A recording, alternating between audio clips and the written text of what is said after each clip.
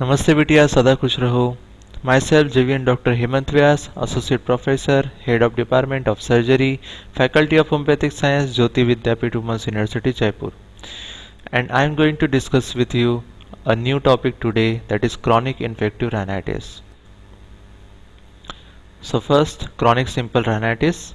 Etiology: recurrent attack of acute rhinitis and predisposing factor include vasomotor rhinitis, deviated nasal septum, nasal polyp, tonsillitis, sinusitis, smoking, alcoholism, atmospheric pollution, general debility or hypothyroidism, and overuse of nasal drops. Then clinical feature include rhinorrhea and mucopurulent, then headache, nasal obstruction, and anosmia. Signs include hyperemic mucosa with edema, nasal postnasal drip, thick viscid mucopurulent nasal secretions, and pharyngitis. Treatment: alkaline nasal douching. Treat the indisposing factor if present and stop smoking and alcohol. Chronic hypertrophic rhinitis include etiology is usually it result from recurrent attack from acute rhinitis. Predisposing factors include sinusitis, pollution, dust, smoke, tonsillitis, nasal polyp, overuse of nasal drops, and vitamin deficiencies. Clinical features: nasal obstruction, rhinorrhea, polyp, anosmia, dull headache, otalgia, and sore throat due to pharyngitis. Signs include anterior rhinoscopy, hypertrophy of anterior nasal turbinates, posterior rhinoscopy shows mulberry-like appearance of the nasal turbinates. Then treatment: removal or treatment of predisposing factor, local nasal discongestant drops, antihistamines, surgical management for turbinate hypertrophy, and partial turbinectomy may be required. Then most important topic of this PPT is atrophic rhinitis. So synonym of this atrophic rhinitis is ozena, which means offensive smell from nose. It is a chronic inflammatory disease of the nasal mucosa which characterized by progressive atrophy of the mucosa and turbinates and formation of crust and foul smelling from the nose is known as ozena. Classification: it may be unilateral or bilateral, it may be primary or secondary. Etiology: primary.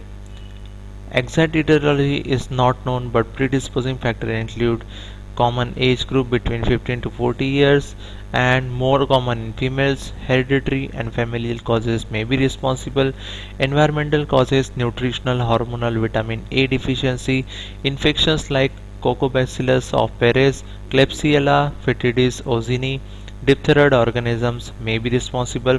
Secondary causes include chronic specific infections, extensive surgery, chronic sinusitis, deviated nasal septum. Now let's see what is the pathology which is going on in atrophic rhinitis.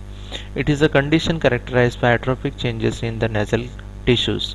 Mucosa undergoes atrophy and metaplasia. Cilia and secretory glands also undergo atrophy with a resultant pale, dry, thin mucosa with thick, scanty secretions dry to form crust which may bleed on removal. Secondary infection usually result in foul, fetid smelling. Turbinates undergo atrophy resulting in loss of anatomical landmarks on the nose and a roomy nasal cavity. Blood vessel undergo periarteritis and endarteritis resulting in ischemia. Sensory nerve undergo atrophy and hence the patient may complain of nasal obstruction as he does not feel the air passing through the nose. Atrophy of the olfactory nerve ending resulting in anosmia. Clinical features include nasal obstruction because of crust in nasal cavity and atrophy of the sensory nerves. Means there is only the feeling of obstruction of nose, but there may not be actual obstruction of the nose. Then crusting of nose is present, foul smell of nose, then anosmia, epistaxis, headache and dryness of nose and throat is present. Signs include external nasal examination shows bridge of nasal may be depressed. An anterior rhinoscopy shows nasal cavity is roomy. Causative factors like DNS may be present. and mucosa is pale, shiny, dry and atrophic. Crusts are also seen. Posterior rhinoscopy shows diminished sensation of the mucosa due to the atrophy of sensory nerve endings. Complications: sinusitis, middle ear infection, atrophic pharyngitis, and maggots in nose. Investigations: X-ray of the nose, VDRL test, complete hemogram, dermato- dermatographical examination, then X-ray of chest, nasal smear for leprosy and tuberculosis, biopsy.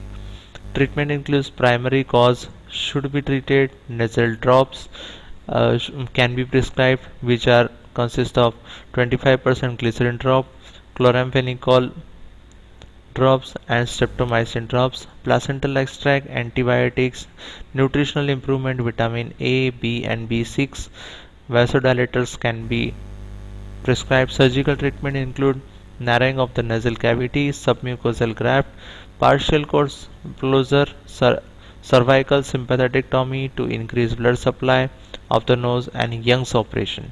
Young's operation include closure, complete closing or partial closing of the nasal of the nostrils, and it gives physiological rest to the nose for about a year, and after which the nose can be reopened.